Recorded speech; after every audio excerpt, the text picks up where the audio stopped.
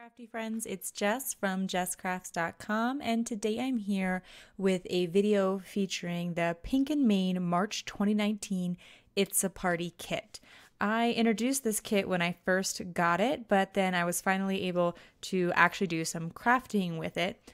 And technically, I'm going to be making 20 cards, but they're not 20 different cards. There's 5 different cards, and I make 4 of each. So it's kind of like a 10 cards, 1 kit video, but then not exactly, because there's just not as many card ideas. But with this kit, it was very easy to make multiples of things, and I like to just get a lot of bang for my buck out of kits. So being able to make a bunch of cards at once was, even if a few of them are the same, is still a good deal to me, and still a fun way to craft with a kit. So this kit is no longer available for purchase. This video is mostly for people who already have the kit or who might want to substitute in some similar items. I am going to be working with a few sketches. I will reference the sketches a bit throughout and show them on screen, but they also will be linked in the video description, and they will be in my coordinating blog post so that you can see them. I am stamping with the ink that came with the kit. I think it's technically a very dark gray. It's called Asphalt, and it's almost black though. So I thought it would be great for sentiments. There are these big, bold sentiments in the kit. That was like the really sort of feature of the stamp set, or the big, bold sentiments. And then there's a couple little accessory stamps. I picked which sentiments to use based on my sketches. So there were some parts of the sketches that seemed to really call for the sentiment. And so basically the first thing I did was I cut out all the sentiment bits of the sketches. So like I'm using an Operation Right Home sketch 191, and it has a 2.5 by 2 rectangle that goes on the top. And that's what I'm stamping on right now, the Let's Party. And so to me, that was a very obvious place to put a sentiment. So I just cut out 4 of those, and I'm stamping a whole bunch. That's what the stamp positioner makes it really easy to do things like that. And so then there's also some circles. So I did pick circles that were 3 inches wide. I went with the Cat Scrappiness wonky wavy stitch circles just to add a bit of interest rather than cutting plain circles, although she has some great plain circles as well. And then once I had all of my sentiments stamped out, I was ready to work on a particular card or sketch. I went to the paper pad that was included in the kit, and I just kind of held up my sentiment to the papers and thought about what I thought looked good or made sense to me. And the paper pad has multiples of each sheet. I also tried to consider if I could get many pieces out of one piece of paper. So like here, I'm still working on that Operation Right Home 191 sketch, and it calls for a 4 by 3 rectangle and a 5 by 1.25 strip. And if I do the 1.25, I need a whole nother piece of paper, but this is double-sided paper. So if I instead make it a 1 inch by 5 inch, all my measurements are going to be inches. If I make it a 1 by 5 inch, I can get all 4 strips and all 4 rectangles out of 2 pieces of 6 by 6 paper. And so that's just a general tip that I would recommend if you are trying to work within the bounds of paper. Alter the measurements on your sketch as you can to sort of maximize your paper and reduce the ultimate number of scraps that you have. So now I have most of the pieces of the sketch. I'm just looking for that last banner piece of the sketch. And again, I'm going to attempt to cut my paper such that I can get all of the banners out of a single sheet of paper, so that I'm, again, only using that one paper, and then I'll save the scrap and I'll consider it when I'm looking for a small piece for something, coming in a future sketch. What's nice about making multiples of the same card and using the same exact papers is, like I said, using up the paper, getting those several pieces of a sketch out of one piece of paper. but also how quickly you can make the card, because you're not starting over with a new idea each time. I can sort of assembly line make my cards. And I personally donate a fair number of my cards, so it doesn't so much matter if I have two of the same card. But if you just enjoy making cards and you think, well, I don't have 4 different people to give the same birthday card to, what I would say is consider finding organizations that do need or request donated cards, and you can make one to share with a family member, to give as for a family member, maybe even one to a different social group like a coworker, because your family member and your coworker aren't going to know they got the same card, but then see if there's someone who would appreciate donations of the other ones, because you make cards because you enjoy it. So finding a place where that craft can be useful and brighten someone's day while still making the process fun for you. So just a little thought there, since I know a lot of people say, they really enjoy making cards, but they don't know what to do with them all.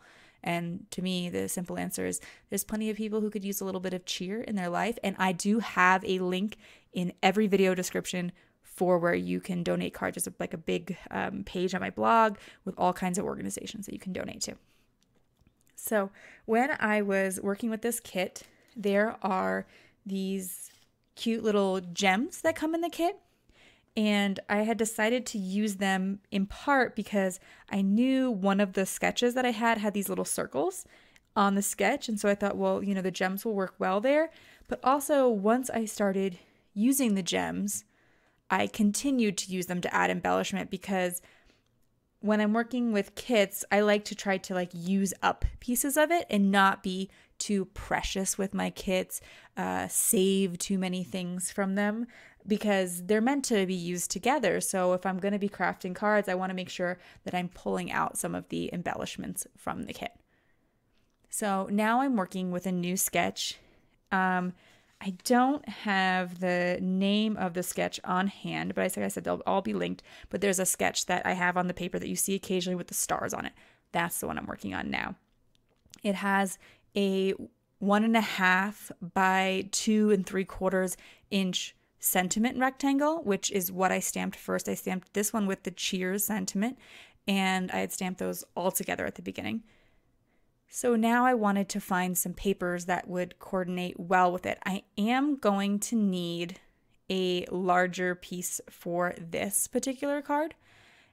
So here I'm just trying to get the strips. I wanted 1-inch strips, but that means if I cut 2 1-inch strips from a 6x6 piece of paper, I'm going to have these 4-inch boxes left, and I knew another sketch that I was going to do would require that 4x3. So I can get 2 of the 1-inch strips and 2 4x3s out of the same paper. So I'm just kind of thinking ahead to a new sketch. And that's why it's kind of fun to make a couple different designs at once, or work with a couple different sketches at once, because then you can sort of plan ahead for what to do with your scraps, rather than having a big pile of scraps that don't really make sense at the end. So I picked a blue paper for the background because I thought the green would pop off a little bit off of that. And I am going to use the dies that come with the kit. There's a bunch of dies. There's like a balloon, a happy birthday sentiment, but there were some star dies. And that's actually one of the reasons that I chose this sketch, is that I knew stars were featured in the kit. And so I thought it would, eventually work out easily. I thought I also might use the gems, but ultimately I thought, well, why not use the stars if I have them? And I did cut those out of the cardstock. The cardstock that I'm using throughout the kit is included with the kit, except for the white that I'm using for card bases. There is some white with the kit, I believe, but not as many. As I said, I made 20 cards in the end, so I needed 10 pieces of white cardstock. I just pulled those out of my stash. But like the green and the yellow that I'm using and stamping on and die cutting out of all that, those were in the kit. So I am going to use my multimedia mat from Ranger to glue down my little die cuts.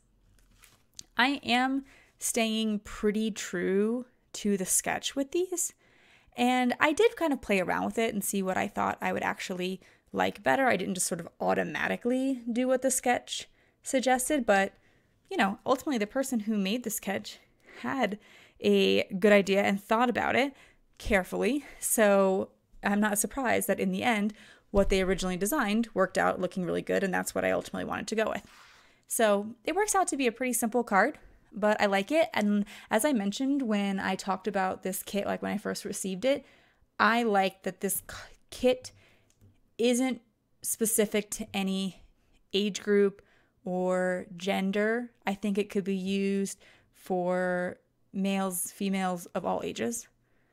It's just a very general birthday set. Like, yes, there's some maybe more feminine colors and some people are slightly more feminine prints, but they're not all like that. And actually, I mean, like maybe the bows of the kit are feminine, but like for the most part, this kit is really, really versatile, which is what I really liked about it. Unfortunately, like I said, it's sold out. So if you like that too, this kit isn't available, but you might want to check the Pink and Mane website, and I will link to it because there will be future kits, and their kits are a great deal. They, with the price of shipping and everything included, I think you get I think it's a good value for the amount that you get. They do include a gift for the first subscription, and then there's a discount for other products. So like if you get their kits, but then, Pink and Mane releases all kinds of adorable stamps all the time and dies. So when you like something new from them, you can get a discount on it. So there's a lot of cool features to the kit. But anyway, they may be releasing some of this separate from the kit. So like if you really like the paper pad, you can check it out. I did wind up writing some measurements on my sketches as I went, mostly so that I could save this, like just put it in a folder with other sketches in case I wanted to use them in the future. A lot of sketches don't come with measurements, which I think is fine. I get why they do that, because they don't want people to feel like bound by the sketch numbers. But if you do like having the measurements, Operation Write Home sketches, which are still available, and someone recently showed me like how to link to all the OWH sketches. They do have measurements. So if you're like someone who really loves measurements, I would suggest checking them out. And of course, they'll be linked.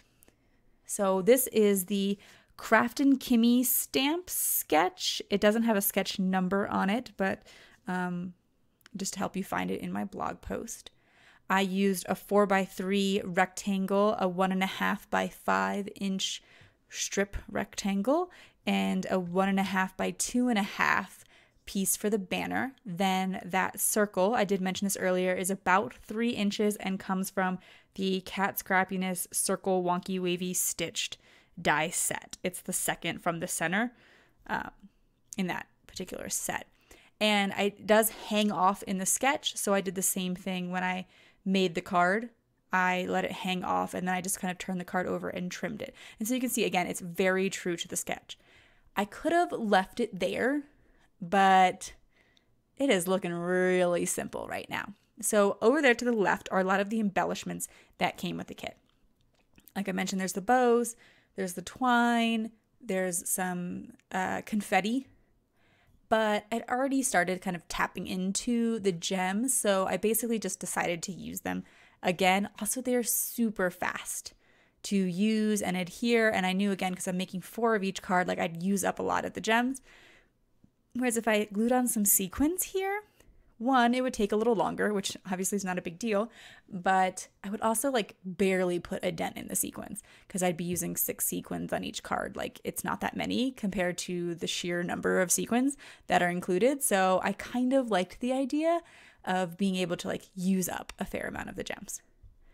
So now I am on my final sketch. I mentioned that there's going to be 5 cards and I only have 4 sketches. So I'll show you what the last card where I sort of pull the inspiration for that next.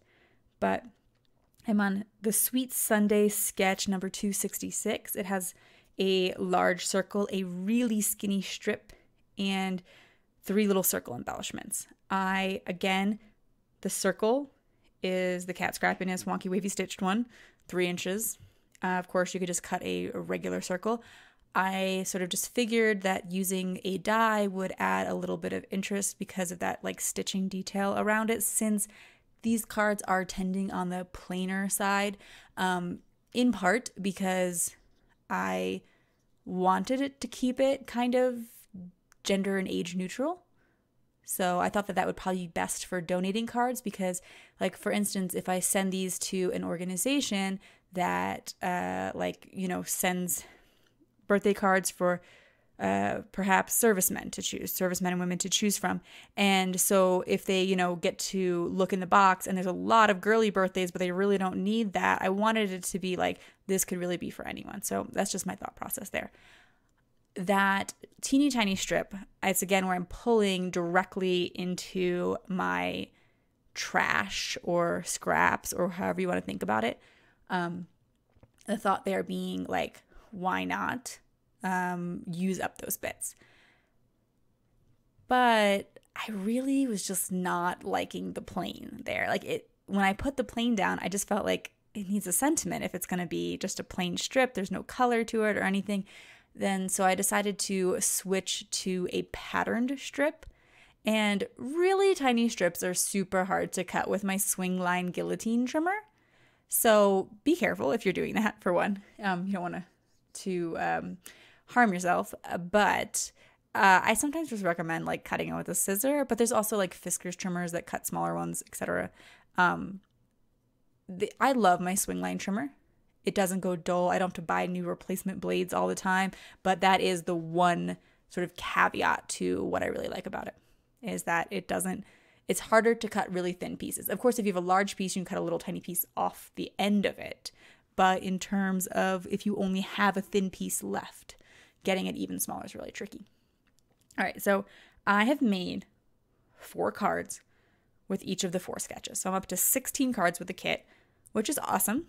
But I thought, well, I kind of wanted to like round out the video. Like having 5 card ideas felt like it was a better video than 4 card ideas. It's probably silly, but I don't know. That was part of my thought there. And also I had some chunks left over. Like I had enough yellow to cut out some rectangles again. So what I did is I went back to the 2.5 by 2, I think. They might be a little smaller, these yellow rectangles. I stamped the Let's Party again. And then I knew, like for instance, if I have a 6x6 piece of paper, I can get 4 3x3 pieces out of it. Like that's going to work perfectly. It's going to leave 0 scraps. So I can layer that yellow sentiment cardstock on a 3x3 piece, and I know it'll look interesting. I could cut a certain amount of strips from the same piece. Like you could cut 6 pieces, 6 inches. So like 1.5 by 5 inch strips of pattern paper from a single sheet of 6x6 paper. Because like 1.5 times 4 is 6. Sorry, I'm trying to do some math on the fly here. And you would only be left with like a little 1-inch strip of scrap. So like that was another efficient way. So I kind of just thought about little measurements like that. And then those 1-inch strips allowed me to reverse the paper. Again, I haven't really mentioned that much in this video, but like double-sided paper is the best. It makes me so happy. Like being able to, like I have a scrap of something and, I want to just use it up. Being able to just turn it over and automatically have a coordinating pattern that I could just add a little something extra to the card makes me so happy, because I just feel like I use so many more scraps than if they were single-sided paper. So I'm so happy that Pink and Main chose double-sided paper, and their paper is really, I was really happy with it. It is, sort of standard quality, but they did some fun little things. Like it's matte, it's not shiny. I prefer matte paper. I find it easier to stamp. And their like cover pages are solid on the other side. So you can use your cover pages. So they're not just winding up. And I mentioned this in the haul or, show you the kit video, whatever it is, as a nice little perk, is that there is no waste of like, oh, you tear off the top and back of the pad. No, they're actually usable pieces of paper. Anyway, back to card making. I decided I wanted a little extra embellishment because I realized that this wound up looking a lot like the Operation Ride Home card. And not that the twine makes it look that different, but I was just like, I should add a little something extra to this card, or you're going to be like, it's basically that other card, just flipped upside down. So I decided to add the green, and because I was like, at first I was going to add the jewels, and I was like, I did that with the last one. So anyway, I'm going to add the twine instead of the jewels so that it looks slightly different. It's embellished in a little bit different of a way. I'm going to just tie a bow like I would tie my shoes because that makes my life easier. It creates a nice enough bow. I wrap the twine all the way around because it makes it easier to tie, even though it uses a bit more twine. I've never like ran out of twine. I've used up a package, but I'm like, I never feel bad about using extra twine to make things easier to tie. I usually make it like if the length of that paper is 5 inches, then I usually make the like piece of twine that I pull off like 15 inches. So it's enough to go around twice plus that amount to tie a bow. I like to give myself plenty of room to tie a bow. I don't like to like fuss with the tying process too much and have my fingers in the way and all that. And then I'll trim the extra. And then here I'm going like, should I add the jewels again? I added the jewels on the last one, but like I do want to use up these jewels, so then I just add the jewels. But this time, just the 2 jewels to make it a teeny tiny bit different. So that is it for my 5 cards today. I hope you enjoyed this. Oh, never mind. I put 2 jewels on both of them. Anyway, I hope you enjoyed this video. If you liked it, please give it a thumbs up. If you're interested in more crafting tutorials, be sure to subscribe to my channel. I'll leave you some hopefully useful links in the video description below, especially to that card donation page in case you're interested. Thank you so much for watching. Have an awesome day. Bye.